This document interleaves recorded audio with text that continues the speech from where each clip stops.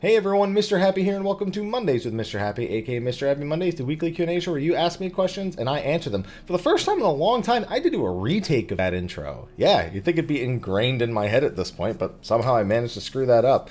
It's been a busy week for me. On the live stream section, we do have a couple of YouTube videos that are a little bit late because I've been heavily preoccupied with shiny hunting and Pokemon, which I've had an immense amount of luck that those of you on YouTube will hate me when I post that highlight video, as well as DBZ Kakarot, which came out on Friday, and that's been hard to put down for me. I'm a longtime fan of the Dragon Ball franchise. I may not watch much in the way of anime, but like all the old like Toonami cartoons, like I've followed those throughout the decades, because for me they were pre-anime. Like I didn't know they were anime as a kid. They were just, you know, after-school cartoons to me, so they always hold like a special place in my heart. So Dragon Ball Z Kakarot's been a good time reliving the story for God knows how many times they've even told it in a video game at this point. But other than that, this week coming up, we are going to have Temtem's Early Access on the 21st, which is a Pokemon-inspired MMO. I made an overview and thoughts video. Not really a whole lot of thoughts in that video, mostly just explaining how the game's mechanics works. And what else? The 23rd is Kingdom Hearts 3 Remind. I guess that's really my chance to give Kingdom Hearts a second chance, would be the best way to put it, because I'm not a big fan of Kingdom Hearts 3, personally. It's okay, it's not a bad game, but Kingdom Hearts 3 Remind will be the actual judgment, because I can't compare non-final mix Kingdom Hearts 3, which is essentially what Remind is, to all the final mixes and versions that I played before. So that'll be your chance, Kingdom Hearts 3. Prove to me that you can be better. I don't have high hopes, though, because even I feel like Kingdom Hearts 1 and 2 had better base games, but that's a topic for another video. Anyway, before we get started with the Q&A, it looks like we have quite a few questions for this next week. Be sure to. See, I can't do my take today because Aloha is standing right outside my door staring at me, and I know he's doing it. I have to thank our patrons for supporting the channel over on Patreon. Their names have been scrolling probably as I flubbed up that introduction. And of course, we have our patrons of Darkness, Khuja Cross from Jenova, and Kurenai Oni, who have gone above and beyond with their support in the last more than a year at this point. So thank you everyone who is tuning into this video, asking your questions, liking, all that stuff that I always say at the end of every video. And of course, our patrons who have just been awesome. You guys have been awesome. You've all been awesome. Patrons, you've been awesome. Patrons of Darkness, you've been super awesome. But anyway, with that, let's get to the questions.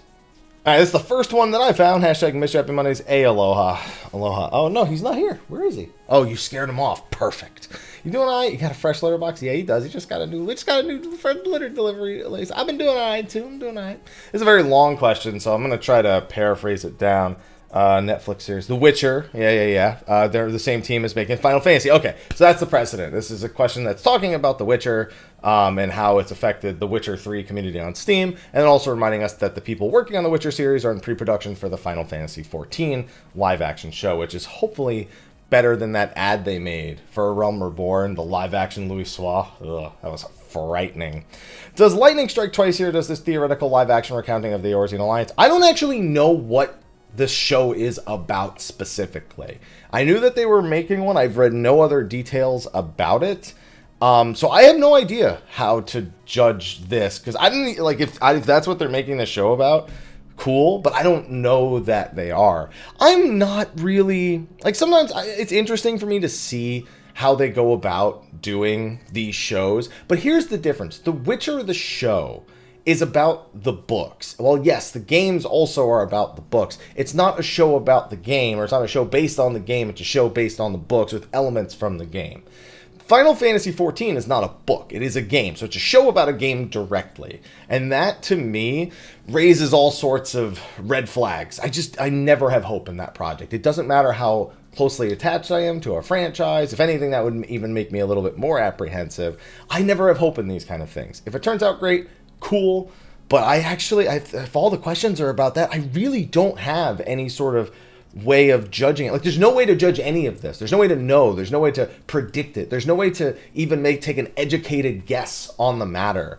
It's just, it'll turn out the way that it turns out, and they'll do what they're going to do. There's like no way to really answer any of these questions, unfortunately. Like, you're asking me, could it be a dumpster fire like 1.0? It's not like the people who made 1.0 are making this. Again, there's no real way of judging this, and regardless of brand attachment or public limelight. I don't think they need those things. I don't think it's about any of those things, and I don't think that's what the show for The Witcher was trying to do with Witcher 3 on Steam. I think it's just these things, just they relate to one another, and when it's talked about, it reminds people of things. So if the show is bad, people go, at least the game's still good, and if the show's great, they'll be like, oh man, I haven't played in a while, I'll play. Either way, it's just going to bring attention to Final Fantasy XIV.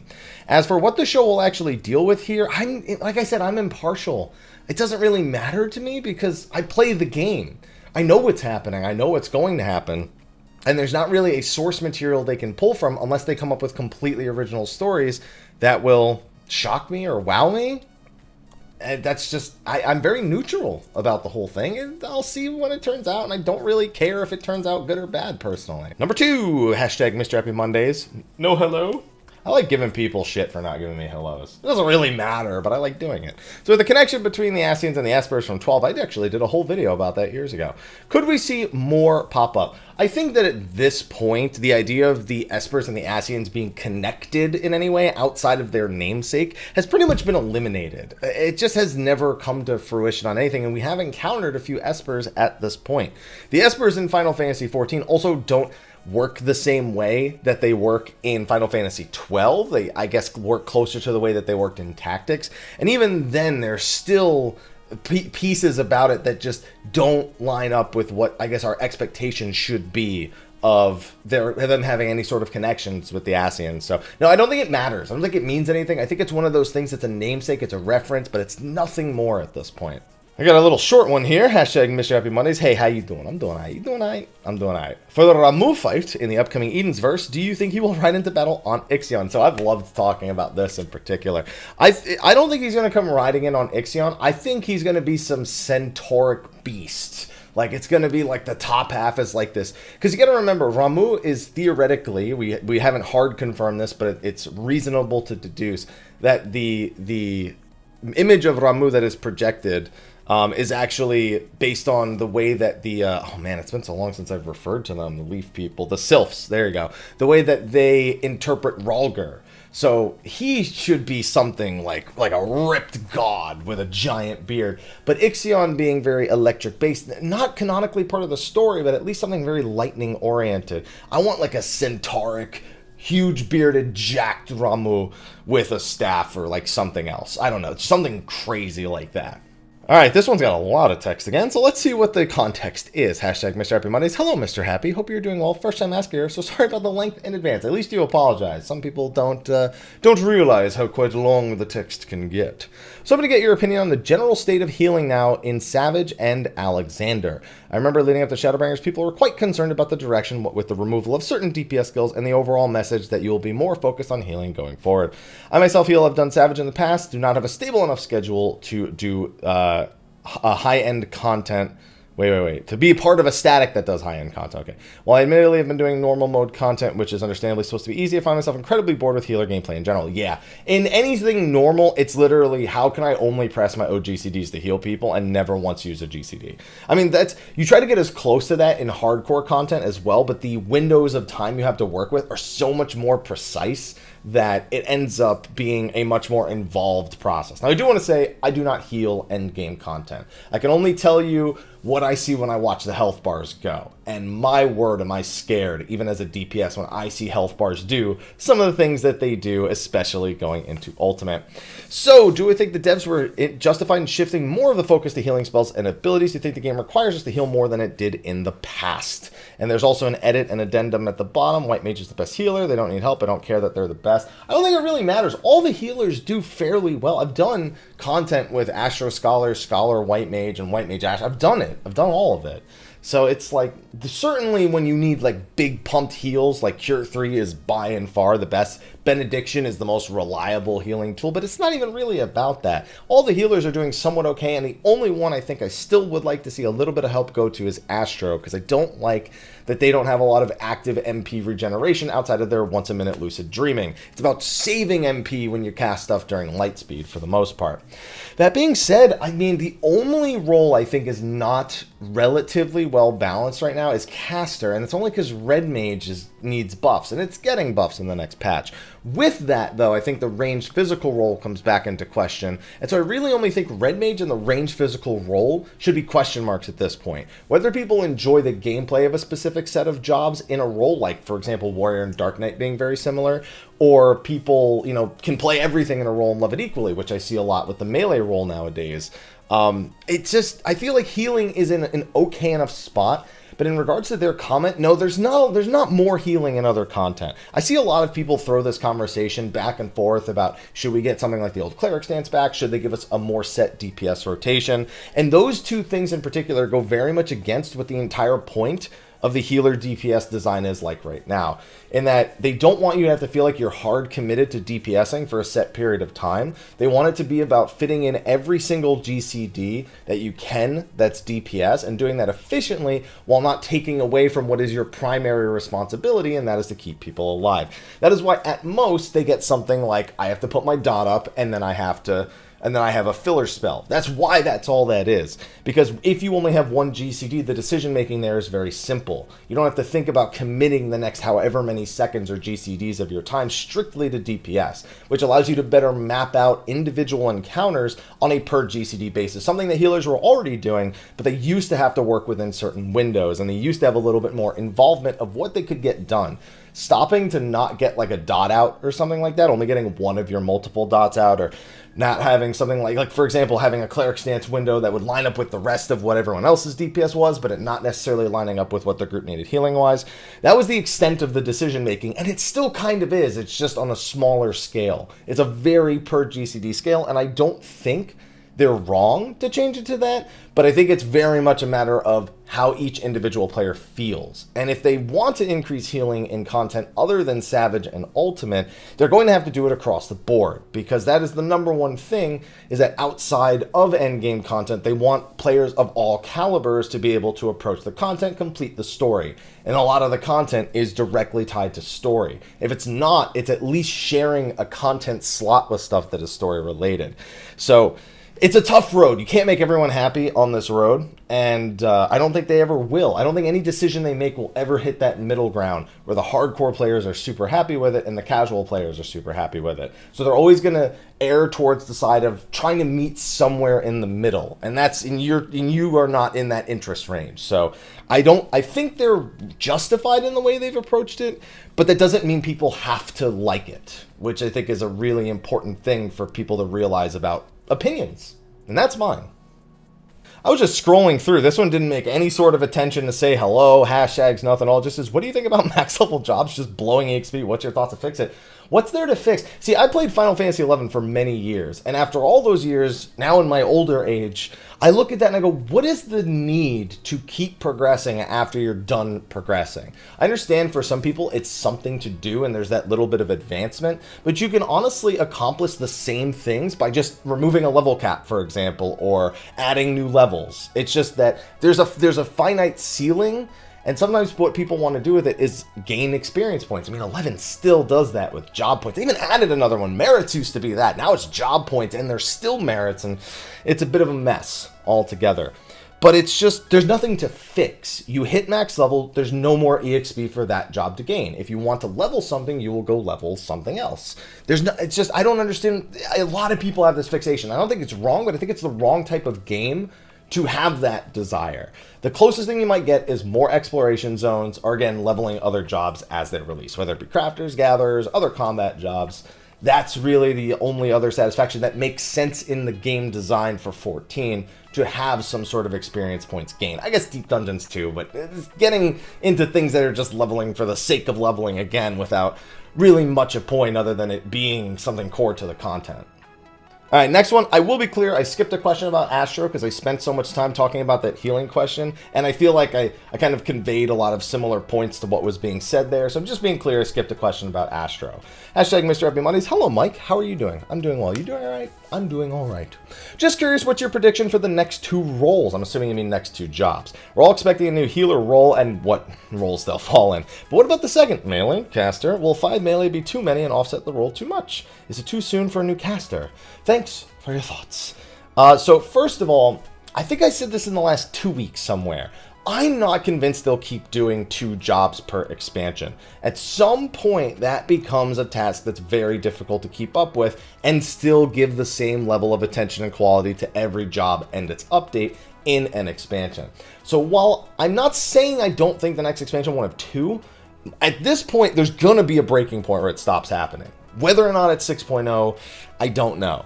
So a healer, I feel like, is a given. You're right. What the second one will be, not melee, I don't think. I think them having 4 jobs in melee kind of rules them out. Range physical just got one, but they only have 3. Caster got one same time melee got one, but they also only have 3. Healers only have 3, getting a 4th. And then you have melees and tanks both have 4. I think really it can only be ranged or caster, if anything at all. I'm gonna keep that thought in the back of my head, the expectation that we might get our first expansion with only 1 new job.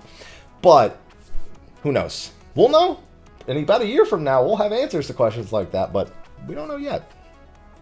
All right, another truth. There was a question about adding jobs from Bravely Default. Not going to take that one because I just answered a job question. So sorry, just letting you know I saw it and just consciously skipped it because of the question that preceded it.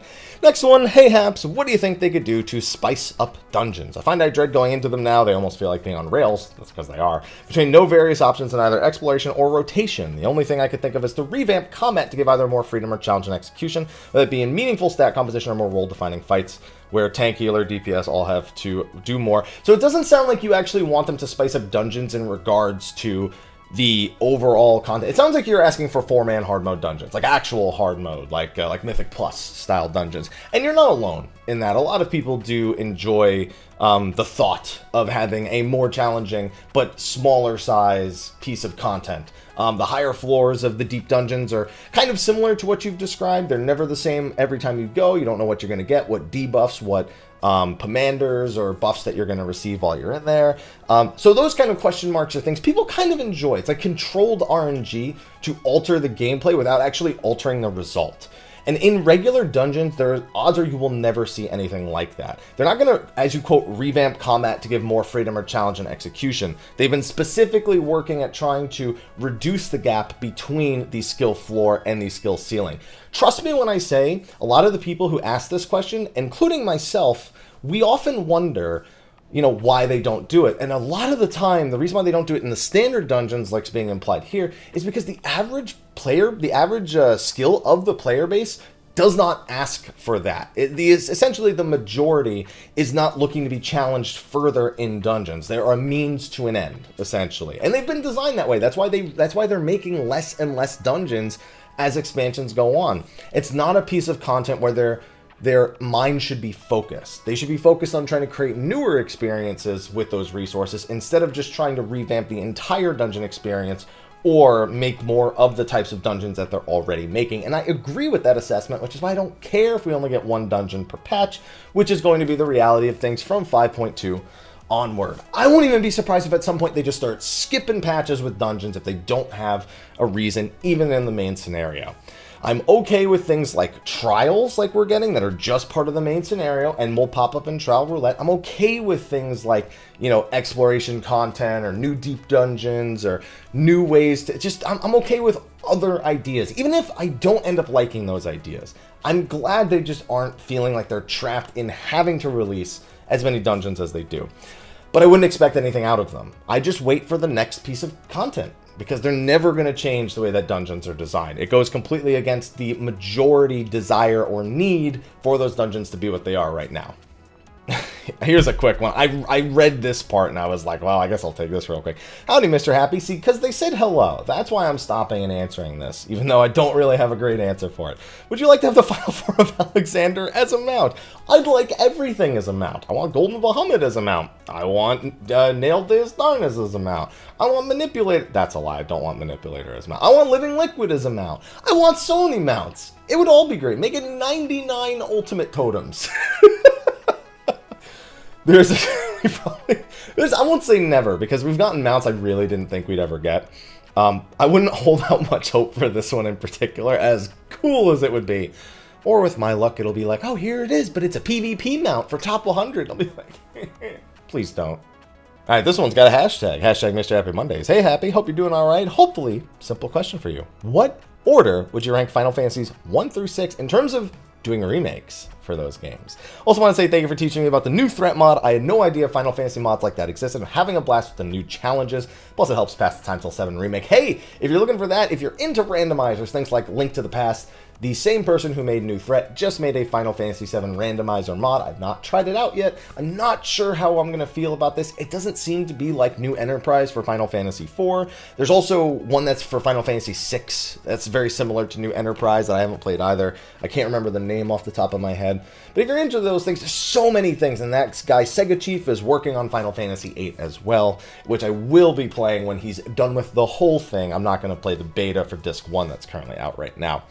As for the actual question, Final Fantasy VI sits at the top for remake. And honestly, this question literally could have been, how do you feel, like, rank Final Fantasies 1 through 6? Because that's going to directly, you know, be implied, I guess, in my desire for a remake. 6 at the top, but by and far above anything else. 8 is a close second, only because I think 8 could use with a generational update. 10, as much as I love it, 10, 12, they don't need remakes because they still generationally feel very appropriate. Whereas 8, you know, going back to PlayStation 1 or anything before PlayStation 1, and even some PlayStation 2 games, but not 10, they could use things. 8, 9, 6, etc., but anything pre-10. 6 at the top. I'll tell you what's at the very fucking bottom is 3. I can't, like, I've played Final Fantasy 3 a few times now. First time I played it, and by the way, I mostly have experience with the 3D version. First time I played it, I was like, a little frustrating from time to time, but it was pretty good. It's like Final Fantasy 5 Lite for me. Second time I played it, I was like, I don't know if I like this game very much. Third time I played it, I'm like, I'm done. This is my least favorite Final Fantasy game. Final Fantasy 3 sits at the fucking bottom. And maybe that's a good reason for it to have a remake, so they can make me not hate it so much. Sitting right above that is Final Fantasy 1 as a remake. So I guess this kind of falls out of order. Okay, let me start from the worst. 3, least interested. 1, second least interested, only because I don't... It's at least like 7 remake, it's like... It's not a very... It's so vanilla. You know, it's not very interesting from a story perspective. It had a lot of broken things in the earlier versions. Solid Final Fantasy game, especially with the remakes and remasters that it's had for things like the PSP, Dawn of Souls, 20th anniversary. Great versions of Final Fantasy 1. But it's so not a game I feel like needs to be brought into the current generation. Final Fantasy 2 follows that. 2 actually has a story and could probably do with a little bit of that, but it's just not as interesting as the remaining 3 options, which go, for me, 5, 4, 6, and that's 6 being at the top of the list. 5 is good, it's interesting. I'm not so sure I want it remade as much as 4 and 6, which I feel like are way more grounded and way more straightforward games to make remakes of. I'm far more invested in the characters of 4 and 6 than I am in Bart and his companions in 5. Yes, I'm fans of the characters in 5, between Galuf, Ferris, Bart's, like, I like them. But having them remade is not as interesting to me as 4 and 6. So that's my order. 3, 1, 2, 5, 4, 6 is the order from least to most that I would desire a remake. And at this point, before I take this question, I've seen a few people talking about how the game Final Fantasy XIV has skeletons and zombies and why those are reasons why Necromancer, it's not so much that the dead are taboo, but notice how those are all evil things. It's very akin to why we don't have Thief in Final Fantasy XIV and we have the Rogues Guild who are ex-thieves. It's because they want the Warrior of Light, the ultimate hero, to kind of not be messing around in these shady and underhanded and, you know, potentially, you know, completely just forbidden arts. Summoner is already kind of a little bit weird that it works, that it's used, because it is a little, at least in Final Fantasy XIV's world and not overall, a little taboo in a sense for Final Fantasy XIV's own world. But the dead and raising that, we'll never be able to do that. And I'm going to say never, I'm going to regret that, because every time I say we'll never be able to do something, I'm wrong. But I feel confident about that one. Anyway, moving on to the actual question on the screen. Hashtag Mondays with Mr. Happy. Hello there. Obligatory reward for watching you for the obligatory time. No, I'm kidding. Enjoy some good coffee. I will indeed. Not really a normal question. I don't know what defines a normal question. Now I'm curious. But the games Grand Blue Fantasy are popular, and if I remember correctly, were created by the original artist of Final Fantasy Tactics. They are releasing 2 new games for the series, and do you have any interest in playing them? If one's an RPG and one's a fighting game. Yeah, so I'm aware of the 2 Grand Blue games that are coming out. I have not had a vested interest in Grand Blue up until this point. But I am a sucker for RPGs. You know, when somebody recommended to me Trails in the Sky, I like it. Trails in Cold Steel, haven't gotten to it because I found Trails in the Sky was very slow. And I don't know that I want to go through all the games in the linear fashion that they have them in order to get to Trails in Cold Steel. In order to play through Trails in Cold Steel 2 and 3, I've watched some gameplay, I've watched some plays. Wonderful RPGs, but it's going to be a task to go through even just the first one for me because I just find it a little bit too slow of a pace. But wonderful games, and I would highly recommend them. Grand Blue is another one where, as long as they don't need to do something like that with Trails in Cold Steel, then I'm good. As long as they don't need to play some of the other ones, or understand the other ones, or understand the fighting game, then yes, there's a chance that I will play it. But I'm not going to make any hard commitments to it, only because it largely depends on what comes out around the same time. Because as it's not something I have a direct interest in, it certainly puts it lower on the priority than other games and RPGs that I have played in the past. But it's a maybe. I'll give you a solid maybe. Another skipped question was about Monk. I've had a lot of Monk questions in the last couple weeks, so apologies, but it's just something I've talked about a lot as of late. So moving on to this one. Hashtag Mr. Happy Mondays. Hello there, friend. Hope you are okay. I'm doing all right. Regarding the Healer Happy series, why not turn it into a more in-depth guide for beginner players? Let's say you talk about how materia works or the glamour system.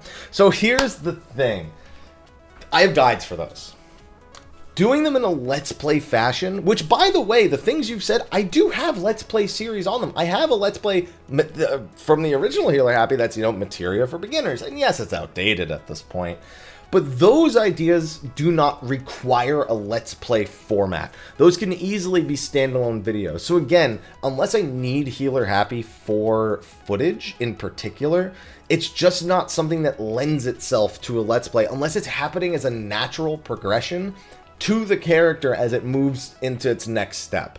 So going all the way back and talking about materia, but still only being level 63, I'm just kind of jumping the gun in a Let's Play series at a level where it's really not as relevant. Most people don't meld on their way up to 80 and learn about it all at 80, which I already have videos for, and we often talk about in Q&As and job-specific videos, thoughts videos, whatever it is it may be. So that's, again, another reason why that series has just kind of fallen to the wayside. It's very much forced and not the same teaching tool that it used to be. It is literally just me doing things in the game without much to offer my audience in regards to an experience. That's at least how I feel.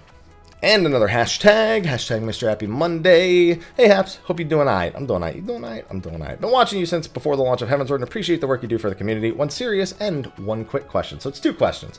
Since we only have 2 kinds of healers in the game, do you think Square Enix put themselves in a position from the start, or will they be able to somehow make a new healer role? They have certainly kind of without people even recognizing it, they have kind of reduced that differentiation between pure healers and shield healers. They specifically made mention of needing to blur that line, and I feel like they've done it a little bit better, but not all the way there in Shadowbringers like they may have initially anticipated. Every job has a shield, every job has strong direct heals. What's becoming the more relevant factor is how they approach their actual healing, or what job-specific mechanics they have to access it. Whether it be things like Seraph or Ether Flow, or having the ability to swap between stances depending on what kind of party you're actually in, to be having those abilities change depending on that, so you have 2 different playstyles, to having something that has less shields but has really, really beefy direct heals. They still all overlap in some way, shape, or form, to the point where almost any of them can combine, even if there's, of course, a meta composition. You don't hear people talk down as much about the healers as you have in some roles in the past. So I think they've started to claw their way out of the position, but it will take a 4th healer coming out, similar to the way they said they released Gunbreaker to kind of pull tanks out of the same rut. I think they'll get that when they put the 4th healer in and enhance and just give it a playstyle that stands out but still accomplishes a similar goal. As for the quick question, what should I meld in my warrior? I always say this whenever people ask. I could probably give you at least a somewhat accurate representation, but the Discord called The Balance is a great place to go, at least if you just look at the resource tabs. Maybe stay out of the discussion tabs. Those can get a little stay out of the discussion tabs. If you're going to use the balance, just go check the resources. It's usually very reliable information, and that will give you all your melding or rotational needs based on what has been min-maxed or theory crafted on that Discord. All right, this is the next one. Hashtag Mr. Happy Mondays. Hello, Haps, in all caps, and aloha, too. I don't know where he is. Hello, by the way. First-time asker, long-time viewer. I was wondering if you knew why the Korean shop of 14 has so many unique glams, emotes, etc. Recently saw that they have the level 70 Disciple of Handland gear for sale as glam across all classes. Do you think we'll get something unique to players outside of Korea? So just so you know, you might just be noticing it now, but China and Korea both have region-specific glams that after usually a few months have all come stateside. That will most definitely be the case here as well. Obviously, not all the concepts or things that are there come here. Some of them, you know, like some of them that may be less culturally appropriate. Things like, you know, anything that's like pay to win or XP boosts, or, you know, there's not as much cash shop here, even if there is quite a few. So those will almost definitely come stateside, as everything else has in the past. When? Who knows? All right, let's do it. This one was just asked 11 hours ago. Hashtag Mr. Happy Mondays. Hello there. Hope all is well. It is. Thank you, and hello to you, too. I haven't asked in a while, but hope you can find time to answer my 2 questions. Well, let's find out. Do you think Square Enix should remove skills like Cure and Benefic and have them upgraded to Cure 2 and Benefic 2? I mean, it's not that they couldn't, but its need is very low, because they do serve different purposes, even if there is a lot of overlap in those purposes. You also obviously have mentioned here that physics should become a locum. That becomes a problem, because if one healer's doing it, then the other healers probably should do it as well. I've seen more often people ask, do you think they should get rid of Cure, Benefic, and Physic and just make the first heal a roll action? I've seen that suggested a lot more than straight up removing Cure and Benefic. But at some point, if they're paring down skills, there's a chance that this happens. And I won't be surprised if it does. So that's the best answer I could think. Do I think they need to? Not based on its current design. But I won't be surprised if they do it in the future based on future design philosophies. Question 2 on the forum. There are many players who post their job ideas for feedback. And while some are good, well thought out and written clearly, most seem to miss the mark in my personal opinion. They tend to be wildly outrageous, seem to apply the rule of cool. I know that rule. Yeah, that's a very, very well-known rule in terms of development. What are your thoughts on the guidelines to follow when designing a new job? I just like to say I don't really have an answer for this question, because people ask me, what do I think of this type of idea for a job? What do you think they could do for this job? What do you think they could be the next healer? What do you think this... I don't find my opinion any more valid than anyone else's. Yes, there is such a thing as going overboard, rule of cool, trying to make it too flashy, too specific, too in-depth, too something, you know, trying to overcompensate for the actual design speaking for itself. But I'm not the one to tell these people they shouldn't write those things. They shouldn't apply their ideas, apply their thoughts into their ideas on what would make something really cool and interesting to play. Because all of our ideas are pretty much irrelevant. They're not looking at the forums and going, that person's idea, let's do exactly that. They're just developing it based on what they internally have knowledge of future encounters, of the way they're changing other jobs, and we aren't influencing that at all. And I think we need to accept that. Yes, I would love a Puppet Master, and I could tell you my ideas for how a Puppet Master could work in Final Fantasy XIV, but I don't find my opinion on it relevant. That's why when people ask me those kind of questions, I don't find that I have great answers, because I don't value my opinion over theirs or over anyone else's. And so if we're all equal, I guess it's like I almost don't even want to share my opinion. It's just like an idea in my head, and I'm not like as ready to talk about it as maybe other people are with their ideas. So I don't have an answer for this. These people should do exactly what makes them happy, what gets them excited, and what gets the creative juices flowing. And I don't want to be someone who has to dictate to them that their ideas are too outrageous. I could think it, but I'm not going to dictate that they should change it, that they need to do it, because it's all for fun anyway. Oh man, the minutes are ticking up real quick. Hashtag Mr. Happy Mondays. Hey apps, how you doing? Good, good. I'm doing all right. Long time viewer bot. Why are you a robot? First time asking.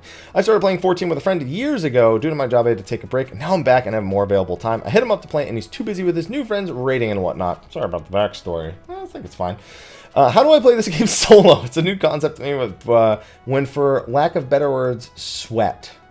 Sweat or, yeah, sweat, not sweet, sweat. Okay, on the game, I tend to get really burned out quickly. How do I remedy that? First of all, if you're playing something, 12 hours a day because you have more available time, you're going to burn out on it more quickly. Either you'll consume everything you want to do, or you'll just get tired of it from the repetitive nature of it, especially with an MMO, which, these games are repetitive by nature.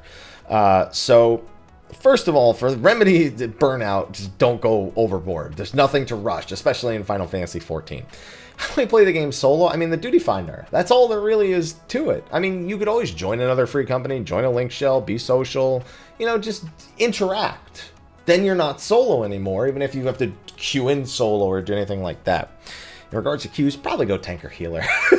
That would probably help you out a good little bit if you at least went tank or healer, other than 24-mans, but that's about it. There's not really a solo. Everything in the game is interactive outside of directly like viewing and enjoying the main scenario quest. So focus on things you can do alone. Sure, do them alone, but otherwise don't feel like you have to play alone. Do things like shout for parties, party finders, look for FC, link shell, whatever it is to be social and have an experience. I have no idea how many questions are even left. I haven't scrolled down any further. Hashtag Mr. Happy Mondays. I know people hated having... Hello to you too, by the way. I know how people hated getting into Ishgard before unlocking those jobs, but personally, I think having the job-exclusive zones would be nice. What do you think about having job-based zones and not having to unlock them there? I guess, at first I thought... now I don't know if you mean, like, you have to make it to a certain point in the story, like Heaven's Ward, to be... to unlock a job, or if you're talking more like World of Warcraft's like Death Knight and Monk starting zones. I'm not sure which one you're talking about. I'm not against starting zones for specific jobs, but they're not really starting zones. And I find that I don't really want to be locked out of going someplace because I decided I didn't want to play a job, or that I just don't have an interest in that. I want to be able to go there and experience the lore and everything for it. I don't think it's necessarily harmful to the game to have areas like that, but I'm not, like, over-enthusiastic about it. Unless it does something incredibly interesting for the jobs. And again, I feel like the Death Knight and Monk zones are good examples of those in World of Warcraft. So if we get things like that, I'd be okay with it, but I'm not, like, gonna say, yeah, do that. Especially just because of the way Final Fantasy XIV works, you don't start the game with a character on a job. You unlock it after you've already experienced a certain amount of story and you have gameplay relevancy behind you. And yes, that's technically true of the hero classes in WoW, but it just is, it doesn't translate the same when you're just making new characters altogether like you do with Death Knight and Monk. So I'm less enthusiastic, more so because of that than because the idea isn't right. I just don't think it's as good in 14 as it is in World of Warcraft. I see math, and I want to skip this one. Hashtag Mr. Happy motherfucking Mondays. Yo, hey, Hap, I'm doing alright. You doing alright? I'm doing alright. Here's my question. Solve for X? No, I could actually. I love math. But I'm not going to, because you can never do math in public without looking dumb. Unless you're a math major. And even then, you probably fuck it up on the fly. With the next relic exploration content right around the corner, what do you think the odds of seeing more open dungeons like the Baldesion Arsenal early on versus towards the end like they did with Hydaros? Considering how successful it was, would it behoove the game to have more of this content, or save it for end relic progression as somewhat of a grand finale? Now, first of all, it's a reminder that the relic and exploration zones, based on their own words, are not inextricably tied. That's not the right word. Whatever, we're going with it. Inextricably tied. I don't think it's the correct word, but we're going with it. In that you will be able to progress just the exploration zone without being forced to do the relic, or you could progress the relic without having to progress the exploration zone.